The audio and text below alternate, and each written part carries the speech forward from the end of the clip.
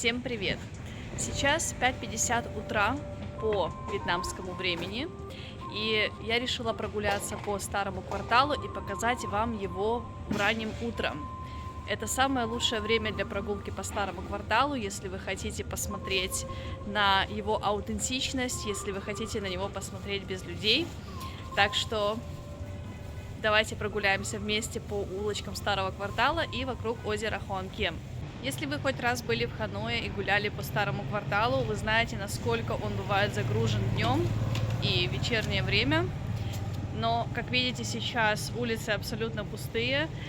Люди только-только просыпаются, готовятся к новому дню. И на самом деле на это очень круто посмотреть, потому что именно раннее утро показывает все привычки вьетнамцев, то, как они живут, и особенности, как они начинают свой день. И в самую первую очередь в 6 часов утра открываются заведения, все заведения, связанные с едой. Чай, кофе, баньми, абсолютно все, где можно покушать. Вообще старый квартал никогда не засыпает полностью. Так, немножко затихает на ночь, но с 5 утра примерно уже потихоньку начинает просыпаться. И в 6 утра, как вы видите, уже здесь вполне себе активная жизнь начинается. Вот здесь тетушка-вендор готовится продавать цветочки. Вот она сформирует букетики, и потом она будет продавать их в течение дня в старом квартале. Это единственное время суток, когда можно увидеть Ханой таким спокойным, тихим, умиротворенным, практически безлюдным. Это вообще неповторимый вайб. Если вы будете в Ханое, я очень рекомендую вам проснуться однажды рано утром и просто прогуляться по улочкам. Когда оно все закрыто, людей нет, и можно рассмотреть здания сами по себе, как они вообще выглядят, что здесь есть. Вообще, конечно, Ханой достаточно эклектичный город в плане архитектуры, но мне кажется, вот в этом его фишка.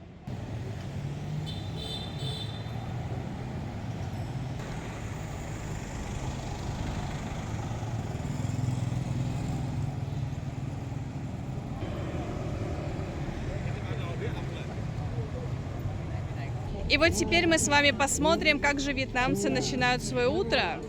А начинают они ее с зарядки. Массовую зарядку утром вы можете увидеть абсолютно в любом городе, в любой провинции, в любом поселке Вьетнама, потому что это такая вот местная традиция.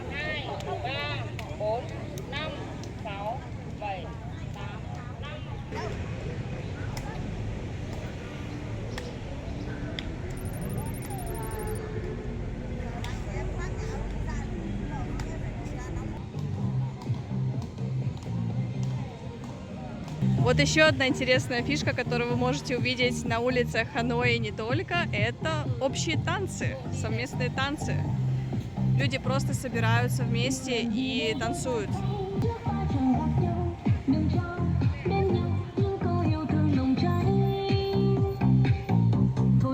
Заметьте, что они двигаются очень синхронно, хотя это абсолютно разные люди, это не какая-то танцевальная группа.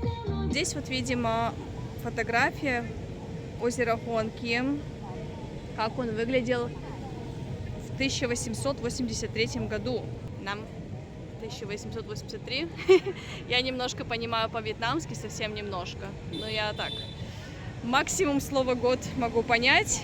И судя по вот этому буклету, да, это фотографии датированы 1883 годом. Очень интересно, кстати, я очень люблю вот такие вот всякие документальные фотографии, документальные снимки. Вот еще, например, есть старая тоже фотография, видно явно по одежде женщин, что эта фотография была сделана достаточно давно, в 1951 году, судя по информации на стенде. Вот видите, тоже сидят женщины-вендоры и другие девушки стоят и покупают у них цветочки. Так, а мы продолжаем нашу прогулку вокруг озера. Вот еще одна группа людей, которая собралась и танцует просто для себя. Здесь, как видите, это вообще абсолютно нормально. Никто никого не стесняется. Люди просто выходят, занимаются зарядкой, танцуют, делают упражнения. Вообще всем абсолютно все равно друг на друга, и все радуются жизни.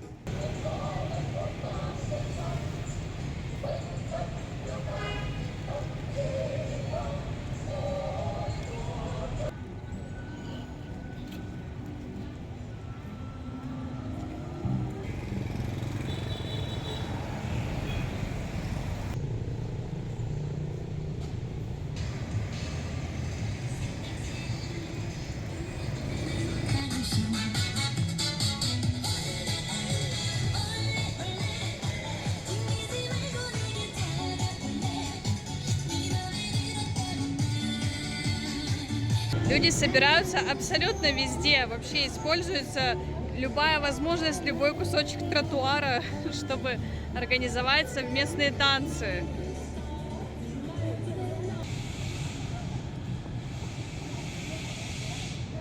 Хозяин занимается зарядкой, песик его ждет, какой красивый прям. Ой, Мишка прям. Мишка, маленький Мишка.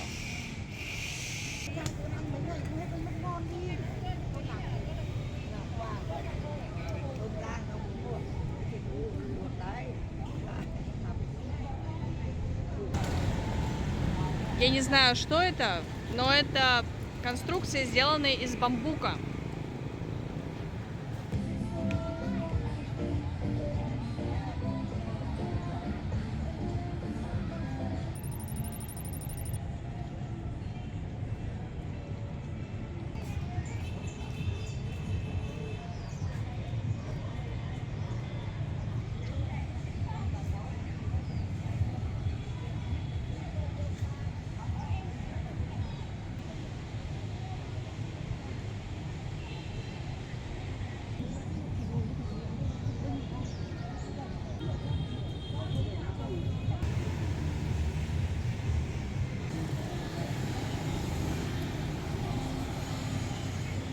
Итак, на моих часах 5 минут 8 утра, и сейчас предлагаю прогуляться, посмотреть, где можно позавтракать вокруг озера Хуан Кем. Первое, о чем думаешь, когда речь заходит про завтрак во Вьетнаме, это вот такие вот локальные заведения с фобо. Запах фобо можно услышать практически по всей улице.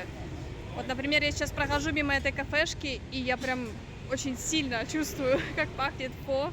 Очень вкусно пахнет. В таких заведениях фо часто самый вкусный, потому что его готовят только с утра, и готовят местные тетушки, которые, собственно, готовят только одно блюдо — фо. И у них всегда есть свой какой-то фирменный рецепт. Прямо напротив озера находится вот этот вот киоск, называется баньми фо.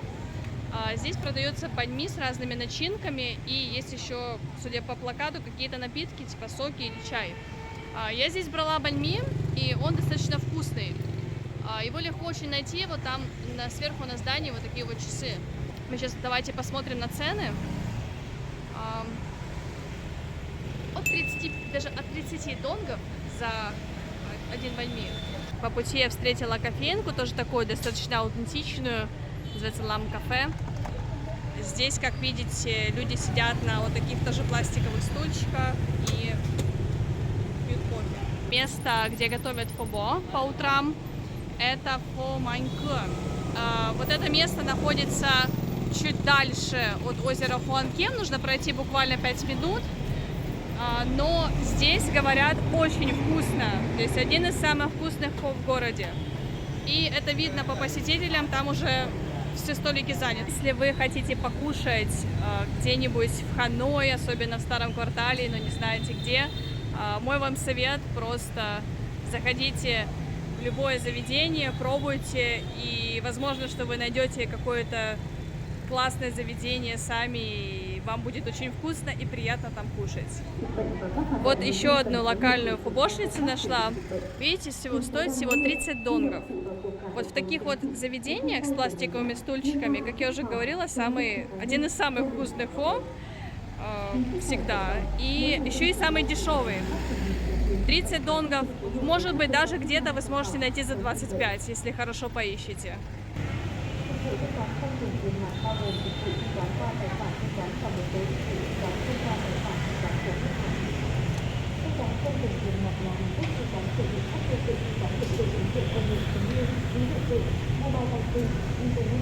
Во Вьетнаме по утрам и по вечерам можно услышать местные новости из вот таких вот рупоров, которые находятся на фонарных столбах.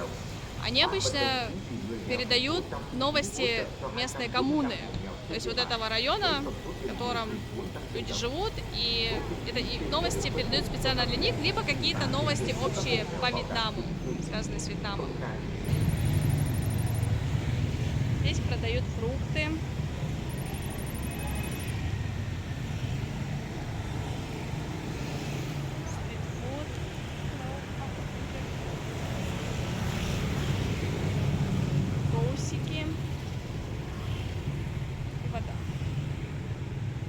Здесь вот что-то типа мини-рыночка открылось, тоже продают фрукты. Вот такая вот улица там. Дальше тоже продают какие-то снадобья. Здесь вот мясо продают. Опять овощи. Вот такая стихийная торговля очень-очень актуальна по утрам, потому что люди едут на работу по своим делам и очень часто останавливаются, покупают у местных тоже продавцов разную еду и домашнюю утварь. Чаще всего вот это вот все фермерское, то есть люди сами забивают мясо, например, и продают здесь по утрам. То же самое с овощами и фруктами, это, скорее всего, местные фермерские фрукты и овощи.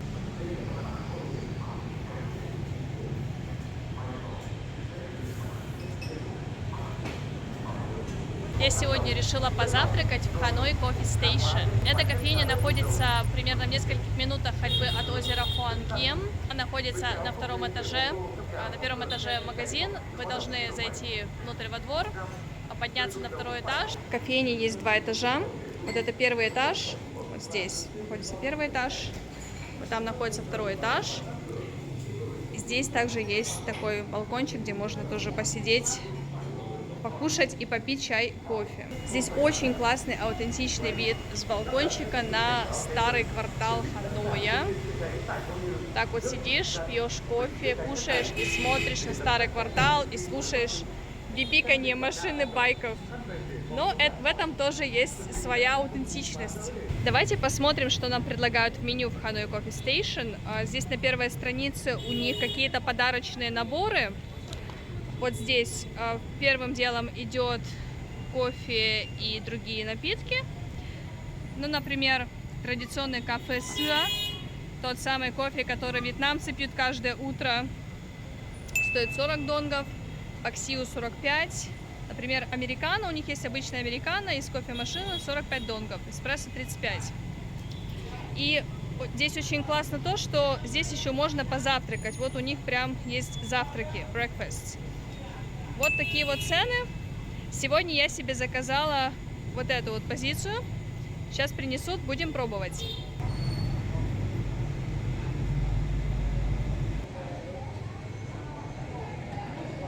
Мне принесли мой кафе Сюа.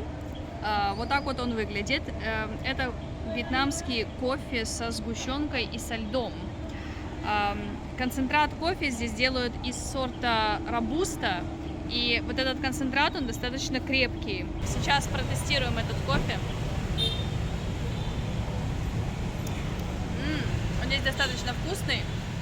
В меру крепкий, кстати, не горький. Cheers!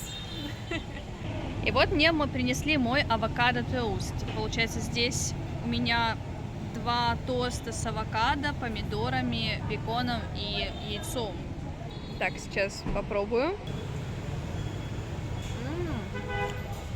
Очень вкусно. Кто любит авокадо, прям заценит.